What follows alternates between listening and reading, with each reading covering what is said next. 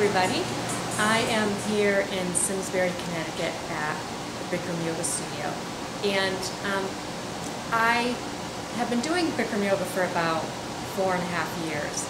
And about 15 months ago, I walked into this studio. It's Bikram Simsbury, Bikram in the Valley Simsbury. Is that the name of it? Bikram in the Valley Simsbury. And I walked in and I purchased a 30-day pass to do yoga. And I've been coming ever since, almost daily, to the studio. I have come to love the studio so much. Just my practice has gotten so much stronger here. I've met some amazing people, amazing practitioners. I've met Richard here, one of the owners, and Lori as well, and gotten to know them a little bit. And I've also had some really great conversations with Richard about life, about success and fulfillment, and I think we both feel the same way, share the same philosophies. So I wanted to interview Richard and have him talk to you about some of these things, because I think his ideas are directly reflected in the great studio that he has created here. So I wanted him to share some of his ideas, and then we'll get to see the studio as well. So thank you very much, Richard, for agreeing to do this interview. So first off, I just wanted you to share with everybody maybe the journey that you've gone through to ultimately get to this place, and what ultimately made you decide to open this studio. All right. Well, I worked in corporate America. I was a technology officer for just short of 30 years.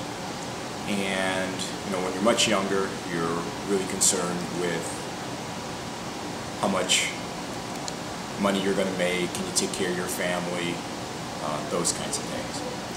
And so when I looked at my career,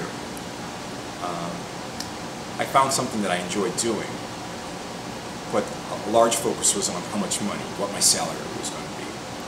And it worked out well. I had a very good salary, and I enjoyed what I did. But I enjoyed what I did when I was working. I was a programmer, when I was actually figuring out the technology and how the technology would help a business improve itself. As I moved up into the ranks and became a vice president, it turned out to be more about managing the people. I didn't really get to do the things I enjoyed. And then over more and more time, as you get into the higher ranks, it really became around shareholder value. And so companies wanted you to do what you needed to do in order to enhance the shareholders' value, which made a lot of sense. But that got old for me. I didn't feel like shareholder value was giving me personal value. And after almost 30 years of it, I started thinking more about myself and what I wanted for fulfillment. And the corporate world wasn't doing it. So the opportunity came for me to get out of that world. And before I left, I started Bikram Yoga. So I was practicing Bikram Yoga about 4 years while I was in corporate America. And had no intentions of owning a studio, no intentions of being a teacher. I just enjoyed doing it because I thought what the yoga did for me was exactly what I needed, my mind, my body, and my spirit needed. The opportunity came, and I was able to get out of corporate America. And I purposely told myself I would take 6 months off and not pursue anything. And someone said to me, well, why don't you go to training? And I was like, wow, that's an interesting thought. And take 6 months off, training's only 9 weeks. I could do that. I did my 9 weeks of training. And while I was out there, in my particular class, there was just a little over 300 people. And those people came from 37 different countries. And they were all saying the same thing.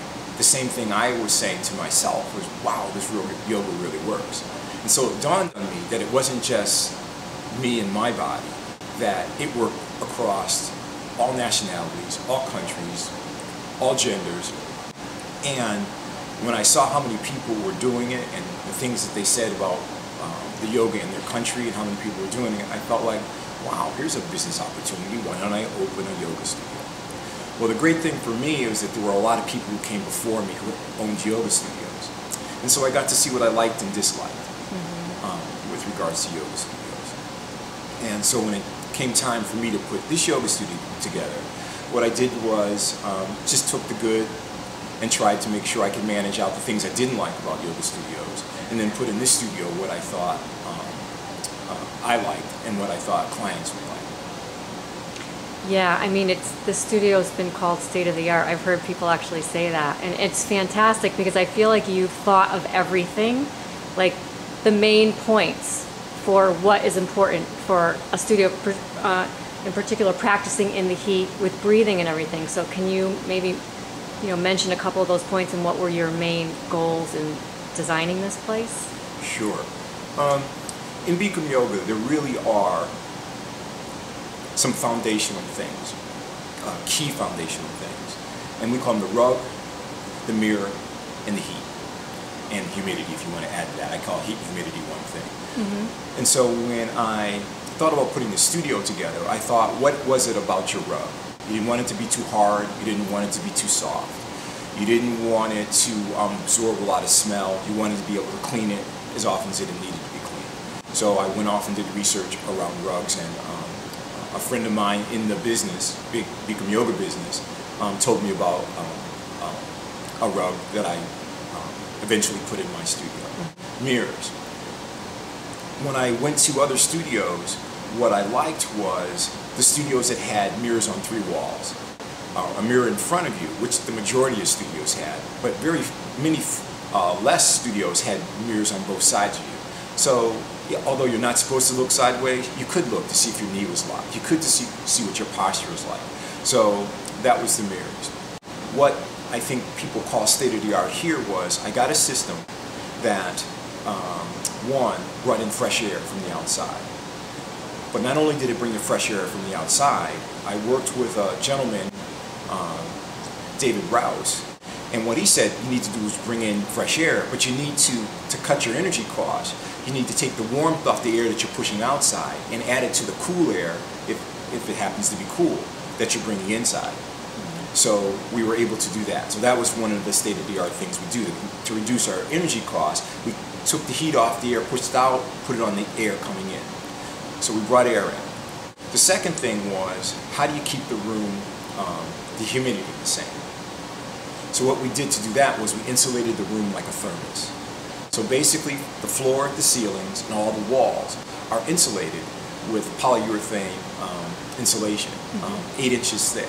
So very much like a thermos that you put your coffee or your hot soup in the morning, and at lunchtime it's still hot. So the other thing that we do that makes it state-of-the-art, we heat the floor, and then we always have air blowing in the room. So the air is always moving across your body, so that in fact, the body in cooling itself, it sweats.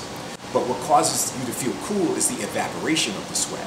With the air moving, the sweat evaporates, and it moves the whole time. So the air never stops moving on a class. So we don't need to turn on fans. We don't need to do anything. Between the oxygen in the room, the floor being heated, antimicrobial rug, so we don't get any germs in the rug, cleaning the rug, and the mirrors on 3 sides of the walls is what I think enhances the experience. You're right about the heating system. I'm so sensitive in these classes to the air quality and to what's going on with the air, and I just noticed in this class, even, we're constantly sweating. I know I'm really hot, but with the air moving across your body, you're not as, you're not as aggravated or tense or whatever, and you can focus more on your breathing and on your practice too, so that's really great. Yeah, it's perfect. Yeah, it's tolerable, and that's what you want. You want to be able to, when you have a tough class, know that it's your body and not the environmental surroundings. And that's what I was shooting for. How could I, as best as you possibly can, eliminate as many variables for having a bad class? Have it not because it's too hot or too cold, not humid enough or whatever. And the automated system allowed us to do that. I guess the one last thing that's also in our room that I always forget about, that many Bikram studios talk about, is the smell. We were able to get a ionization system from a company here in Connecticut that just absolutely works. If you talk to our clients, they don't even know that Bikram yoga smells. until they go to other studios. The other thing, above and beyond the yoga room, because that's where I was most focused, because yoga is why you come. But then what we tried to do is create an atmosphere where people could congregate and communicate. We named the building, because we don't use the whole building, we called it a wellness center, because we were trying to create community. And that's why we have you.